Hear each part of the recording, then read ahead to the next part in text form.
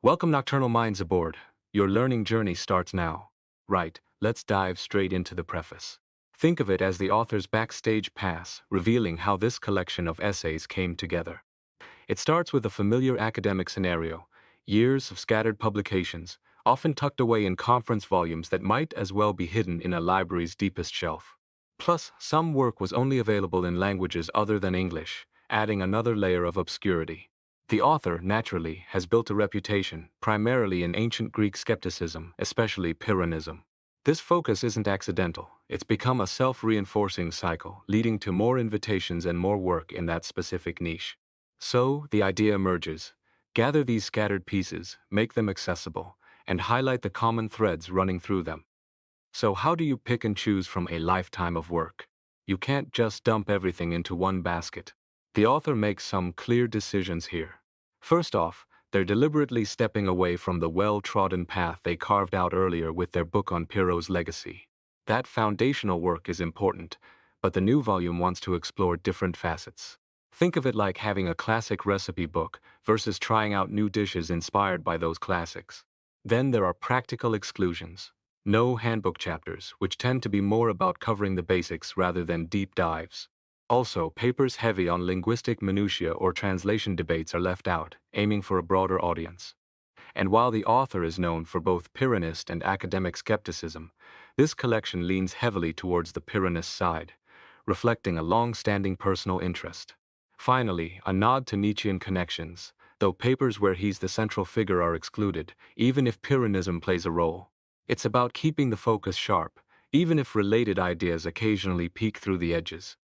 Now, what's actually driving these selected essays? An anonymous referee nailed it with a perceptive comment.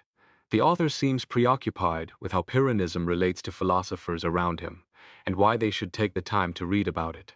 It's not necessarily a conscious, rigid agenda, but a recurring theme. Some essays were explicitly requested for conferences focusing on contemporary relevance, but others were chosen freely by the author, drawn to topics with modern echoes. The core idea is to show Pyrrhonism as philosophically interesting. Whether you find it attractive or problematic, the author believes it offers something challenging and fruitful. This leads to two main overlapping concerns that structure the volume. First, the practice of Pyrrhonism.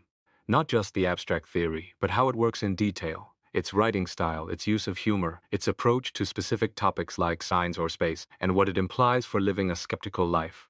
Second, its contemporary relevance. How does this ancient philosophy still speak to us today? How does it intersect with modern ideas about happiness, knowledge, or even how we conduct intellectual inquiry now? These two threads weave through the entire collection. To make sense of this diverse set of essays, the author proposes a four-part structure, guided by those two main concerns. Part I looks at how the Pyrrhonists present themselves. Think about Sextus Empiricus. His writing isn't just dry logic. It has a certain flair, a way of engaging the reader, sometimes using humor. This section explores those stylistic choices and the Pyrrhonists' own presentation of their method.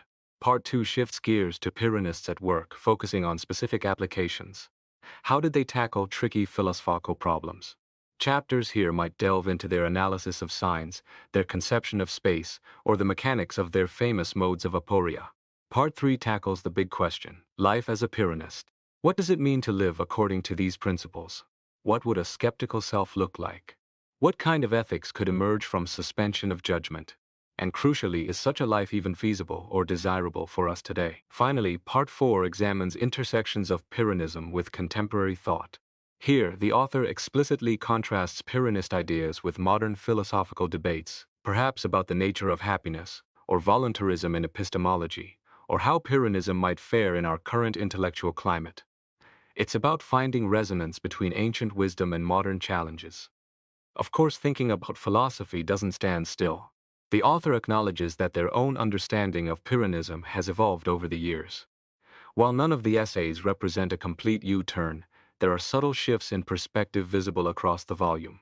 For instance, how one views the skeptic's detachment from values, whether Sextus's explanations for achieving peace of mind, ataraxia, are consistent, or whether suspension of judgment is best understood as a psychological state or a rational commitment. Even Sextus's own claims, like being both a dedicated inquirer and a practicing religious person, raise questions about consistency that the author explores differently in various essays. Now, bringing these older pieces together required some editorial work. The goal wasn't to rewrite the essays, but to make them clearer and more accessible. This meant minor tweaks, updating references, explaining cross-references, and consistently transliterating Greek terms, except for very specific textual points where the original script matters. The author also kept small local touches, like referencing a scholar from a particular place, seeing no harm in these minor details. The aim was fidelity to the original thoughts while smoothing the path for new readers. Finally, a quick nod to the people behind the scenes. The author expresses gratitude to conference organizers, the Cambridge University Press editor Hilary Gaskin, who helped shape the proposal, and especially the anonymous reviewers whose feedback was crucial in defining the volume's focus. There's also a positive reflection on the current scholarly climate in ancient philosophy, noting a move towards greater inclusivity and less harsh judgment compared to earlier times. Interestingly, the author mentions preferring to draft papers alone before seeking feedback, unlike the long lists of collaborators sometimes found in prefaces. However, one key exception stands out: Michael Williams from Johns Hopkins. Their ongoing conversations and joint teaching seminars over many years significantly enriched the author's understanding of Pyrrhonism. It's a reminder that even solitary scholars benefit immensely from deep intellectual exchanges.